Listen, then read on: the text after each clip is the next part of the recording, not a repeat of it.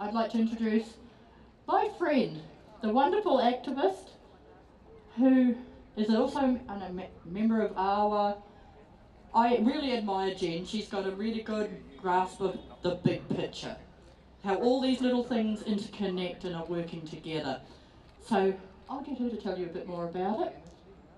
I'll hand you over, Jen to Spa.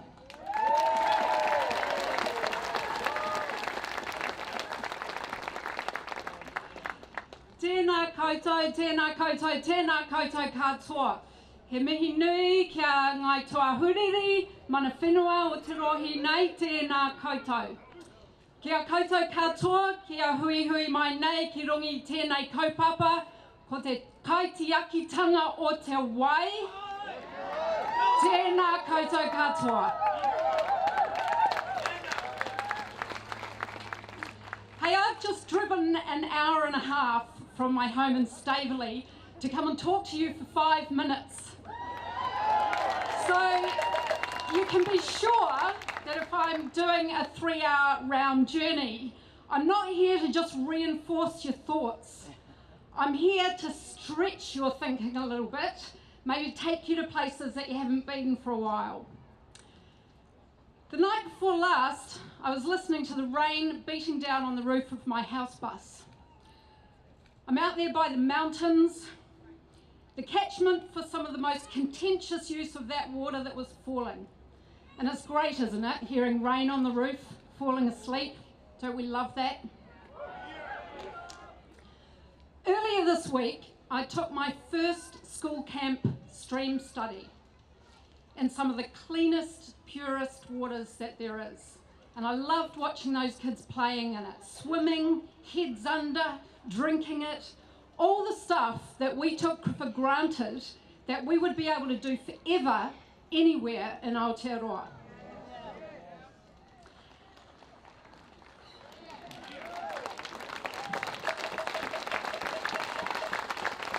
And look, a couple of weeks before that, I was at my second Zone Committee meeting as a member of the Ashburton Hines Zone Committee, where I see I'm going to be working with people whose views are diametrically opposed to my own. So where I see the need to protect our water and land and every single species that we have, others see a need to protect assets and the long-term financial viability of those. And look, that's a valid view in today's world. And I tell you all this because what's happening with water in our region is becoming a big part of my life.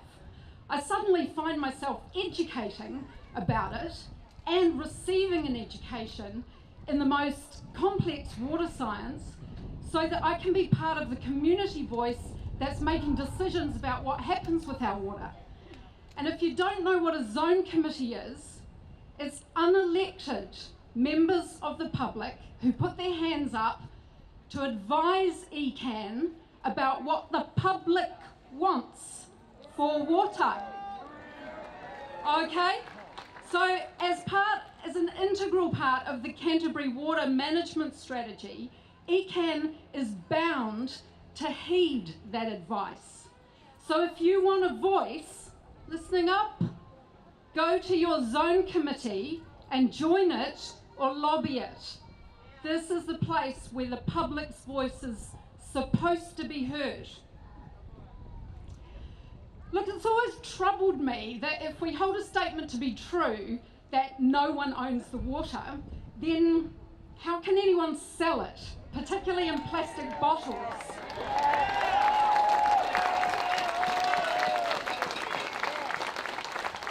But very, very sadly, this is the nature of our current, and I would say outdated, mindset that we live in. We treat the earth as if it's a resource for us to dominate, allocate, and use as we like, as if we own it. It's easy to get pissed off when the issue is framed as foreigners stealing our resources. And it's important to remember that the bottling plants are taking a tiny fraction of what 10 big dairy farms are taking.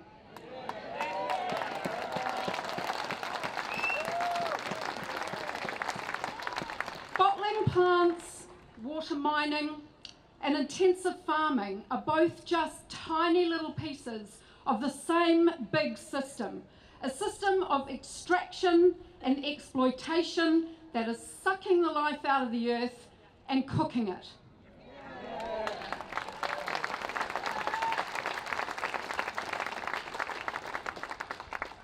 What if we saw water as a living being? What if we didn't just isolate the water cycle, but saw water as part of a living, breathing system that is in itself a living entity? The whole of nature is a living system. Every little piece is integral to the whole. It's just like your body. If you get cut and some of your blood lands on the ground, is it alive? Was it alive 10 minutes before that? Maybe we don't have a very good definition of aliveness. Water is the blood of the planet, transporting nutrients, regulating temperature, sustaining every other cell in a constant cyclical journey.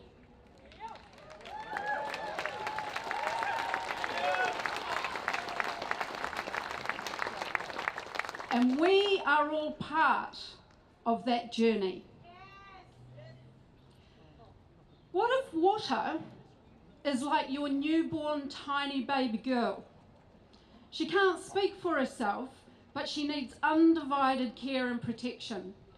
She needs to be bathed and cleaned properly. She needs your attention and your action. And when you look after her with love and respect, she grows up and she looks after you in your old age. What if we had an economic system that instead of driving ecological destruction was the bedrock of regeneration?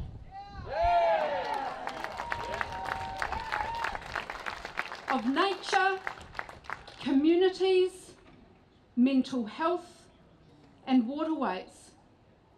An economic system which rewarded good stewardship and fatally taxed exploitive extraction and waste. In an economic system like that, you wouldn't make a cool $4 billion putting water into plastic bottles. These are the things we need to think about, because the IPCC has told us we've got 12 years to make unprecedented changes if we want to allow our kids to grow up. There's a massive global movement building at the moment to bring about real action on climate change. And I hope there's going to be this many people out on March the 15th supporting this full strike for climate.